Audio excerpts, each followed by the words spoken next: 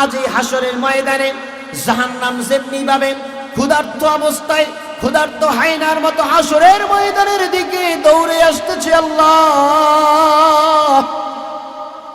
আপনার এই ক্ষুধার্ত জাহান্নাম যদি আমার একটা উম্মতকেও আমার অনুমতি ছাড়া গ্রাস করে রব্বুল আলামিন, আমি আপনার হাবিব জান্নাতে কিন্তু প্রবেশ করব না। চোখের পানি যখন ছেড়ে দিবেন আল্লাহ রব্বুল আমিন বলবেন, হাবিব আপনি মাথা উঁচু করেন, আপনার চোখের পানি আজ আমার সহ্য হয় না।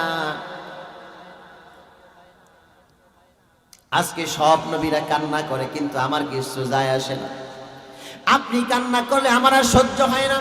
দুনিয়াতে বসে আপনি অনেক কান্না করেছেন, জন্মের আগে আপনার বাবাকে হারাইয়া আপনি অনেক কান্না করেছেন, বাবাকে হারাইছেন, ছোটবেলায় বাবার আদর পায় নাই, পান নাই আপনি। ছোটকালে ছোট্ট ছেলে মেয়েরা যখন বাবাকে আব্বা আব্বা বলে ডেকেছে তখন আপনি আব্বার কথা বলে অনেক কেঁদেছেন। জন্মের পরে আপনার মাকে আমি আপনার কোল থেকে নিয়ে নিয়েছি, মায়ের আদর যখন পাবেন, মাকে আপনার থেকে দুনিয়া থেকে নিয়ে নিয়েছি, মায়ের আদর দুনিয়ায় পান নাই।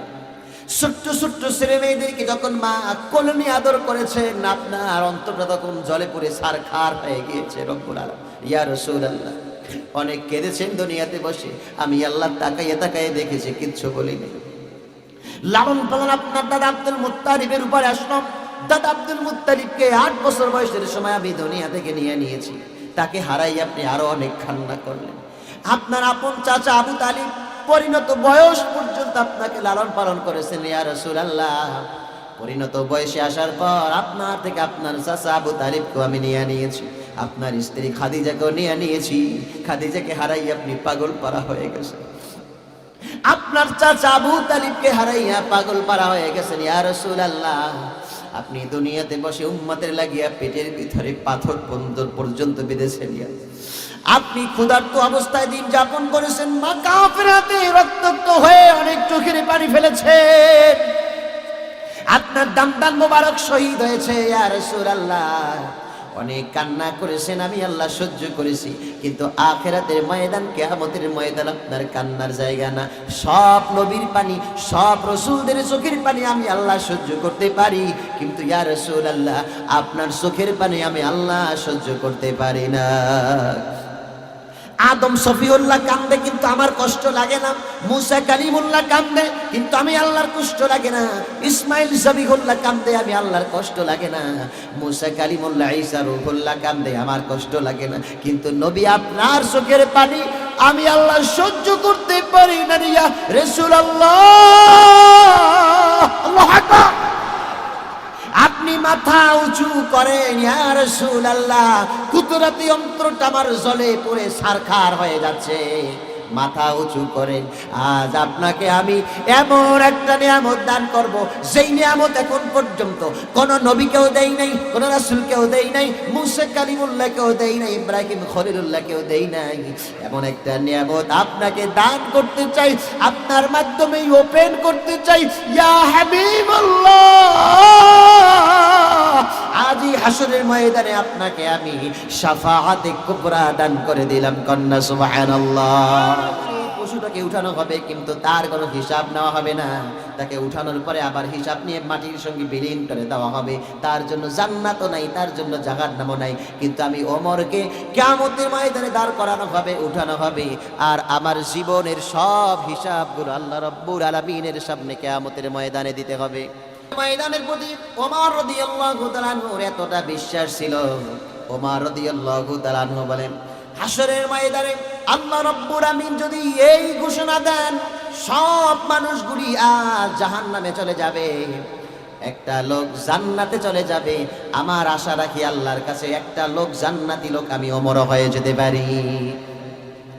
আবার তিনি বলেছেন কিয়ামতের ময়দানে আল্লাহ রাব্বুল আমিন যদি এই ঘোষণা দেন সব মানুষগুলা জান্নাতে চলে যাবে, একটা লোক কেবলমাত্র জাহান্নামে যাবে, ওই একটা জাহান্নামী লোক আমি ওমর হয়ে যেতে পারি।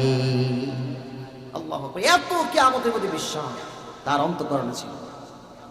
ইব্রাহিম বিন আদহাম রাহমাতুল্লাহ আলাইহি তিনি একদিন বলেন, আল্লাহ আমি বড় চিন্তিত আছি, আমি বড় পেরেশানিতে আছি। হাসরের ময়দানে কিয়ামতের ময়দানে আল্লাহ রাব্বুল আমিন যে আমাদেরকে উঠাবেন তার আগেও তো রূহের জগতে আল্লাহ আমাদেরকে একত্রিত করেছিলেন, ঠিক কিনা কথা বলেন? রূহের জগতে আল্লাহ রাব্বুল আলামিন আমাদেরকে একত্রিত করে ঘোষণা দিয়েছিলেন যে আমার থেকে আমার ডান পাশে যে আত্মাগুলো আছে এগুলো সব জান্নাতে, আমি এতে আল্লাহ কোনো পরোয়া করি না। আমার থেকে আমার বাম পাশে যে আত্মাগুলো আছে এগুলো সব জাহান্নামে যাবে, এতেও আমি আল্লাহ রাব্বুল আলামিন কোনো পরোয়া করি না। এবার তিনি বলেন আমার তো ভয় হয়, আমি তো চিন্তিত আছি। ওই রূহের জগতে আল্লাহ রাব্বুল আলামিন যখন বলেছিলেন আমার ডান পাশের আত্মাগুলা সব জান্নাতি আর বাম পাশের আত্মাগুলা সব জাহান্নামী, আমি ইব্রাহিম বিন আদম জানি না ওই রূহের জগতে আমি ইব্রাহিম বিন আদমের আত্মাটা ডানপন্থী ওয়ালাদের অন্তর্ভুক্ত ছিল না বামপন্থী ওয়ালাদের অন্তর্ভুক্ত ছিল। শেষ দিকে আপনাদের একটা নসিহত করে যাই। হাসরের ময়দানে আল্লাহ রাব্বুল আমিন যখন সব মানুষদেরকে উঠাবেন, ওয়াজা রাব্বুকা ওয়াল মালাকু সাফফান সাফফা, সব মানুষদেরকে যখন উঠাবেন আল্লাহ নিজে কিয়ামতের ময়দানে আসবেন, সিংহাসনে বসবেন, সব ফেরেশতারা সারিবদ্ধভাবে দাঁড়াইয়া থাকবে, সমস্ত মানুষেরা সামনে দাঁড়ানো থাকবে। হঠাৎ করে আল্লাহ রাব্বুল আলামিন ওয়াজিআ ইয়াওমাইযিন বিজাহান্নাম, কিয়ামতের ময়দানে আল্লাহ রাব্বুল আলামিন জাহান্নামকে নিয়ে আসবেন। জাহান্নামকে যখন নিয়ে আসবেন কিয়ামতের ময়দানে গুনাহগার লোকদেরকে দেখি জাহান্নাম চিনে ফেলবে। জাহান্নাম যখন গুনাহগার লোকদেরকে দেখে চিনে ফেলবে তখন তিনি আল্লাহর কাছে বলবে রব্বুল আলামিন ইয়াওমা নাকুলু লিজাহান্নামা হালিম তালাতি ওয়া তাকুলু হাল মিন মাজিদ, আল্লাহ আমি বড় ক্ষুধার্ত। কিয়ামতের ময়দানে অসংখ্য জাহান্নামীদের দেখতে আছি, পাপিষ্ঠ লোকদেরকে দেখতে আছি রব্বুল আলামিন, বেপর্দা মহিলাদেরকে দেখতে আছি, স্বামীর সঙ্গে দুর্ব্যবহার করে এমন মহিলা আছে না নাই? এই মহিলাদেরকে আমি দেখতে পাচ্ছি রব্বুল আলামিন, এই দিকগুলোই তো আমার খাবার, এগুলোকে আমি গ্রাস করতে চাই। সংক্ষিপ্ত আকারে বলি কিয়ামতের ময়দানের দিকে দৌড় মারবে সমস্ত আম্বিয়া কেরাম, নফসি নফসি করবে রব্বুল আলামিন আমাকে আপনি জাহান্নাম থেকে বাঁচান।